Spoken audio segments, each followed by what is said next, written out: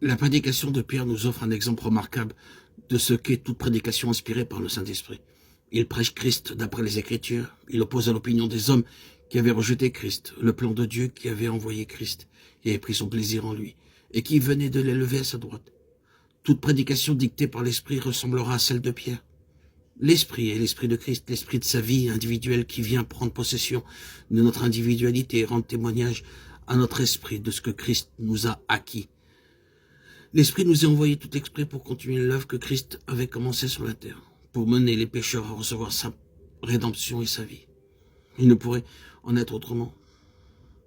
Toujours l'Esprit rend témoignage de Christ. C'est déjà ce qu'il avait fait dans les Écritures. À présent, il continue à le faire dans le cœur du croyant. Le témoignage du croyant sera donc toujours conforme aux Écritures. L'Esprit en Christ, l'Esprit dans les Écritures, l'Esprit dans l'Église. Tant que ces trois cordons s'uniront pour former une même corde, nul ne pourra la rompre. L'effet de cette prédication est merveilleux et pourtant, il ne dépasse pas ce qu'on devait en attendre. La présence toute puissante de Jésus est un fait si certain pour les disciples. La vertu d'en haut anime tellement Pierre. Il voit si bien Christ à la droite de Dieu qu'une force divine émane de lui et que lorsqu'il conclut par ces mots, sachez donc que Dieu a fait Seigneur et Christ Jésus que vous avez crucifié, acte 2:36.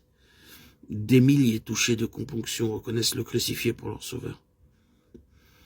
L'Esprit envoyé aux disciples se sert d'eux pour convaincre ces pécheurs de leur incrédulité. Ils écoutent l'appel à la repentance, ils croient et eux aussi reçoivent le don du Saint-Esprit. Christ fait ainsi par ses disciples les œuvres plus grandes qu'il leur avait promises, Jean 14:12. À l'instant, d'anciens préjugés, des haines amères font place à l'amour et à l'adoration. La puissance du Seigneur a rempli son corps, son Église. Il s'est servi d'elle pour vaincre et pour sauver. Et la Pentecôte est la glorieuse aurore de ce jour-là. Elle est le premier de ces jours-là, Ésaïe 11:10, Jérémie 3:18, dont les prophètes et notre Seigneur avaient si souvent parlé. Elle est la promesse et le gage de ce que devait être l'histoire de l'Église. On reconnaît généralement que l'Église a mal rempli son mandat, que même à présent, au bout de 18 siècles, elle ne s'est pas élevée à la hauteur de ses glorieux privilèges. Et même lorsqu'elle s'efforce de répondre à sa vocation, de rendre témoignage jusqu'aux extrémités de la terre, elle ne le fait guère avec la foi de la Pentecôte, avec la puissance du Saint-Esprit. Au lieu de voir dans la Pentecôte l'aurore d'une ère nouvelle, elle parle et agit, souvent comme si cette aurore bénie eût été la lumière de midi, qui devait nécessairement décliner peu à peu. Que l'Église retourne à la Pentecôte et la Pentecôte reviendra à elle. L'Esprit de Dieu ne saurait prendre possession de croyants qui manquent de place pour le recevoir. La promesse est là, qui attend. L'Esprit est prêt à remplir les cœurs, il faut seulement vouloir le recevoir. C'est au pied du trône de Dieu qu'on trouve la Pentecôte, c'est en l'attendant là, d'un commun accord dans la prière, c'est en l'attendant avec la foi que fortifie l'attente même, avec la foi qui regarde au Seigneur glorifié, sans douter de la manifestation de sa puissance qu'on l'obtient encore à présent.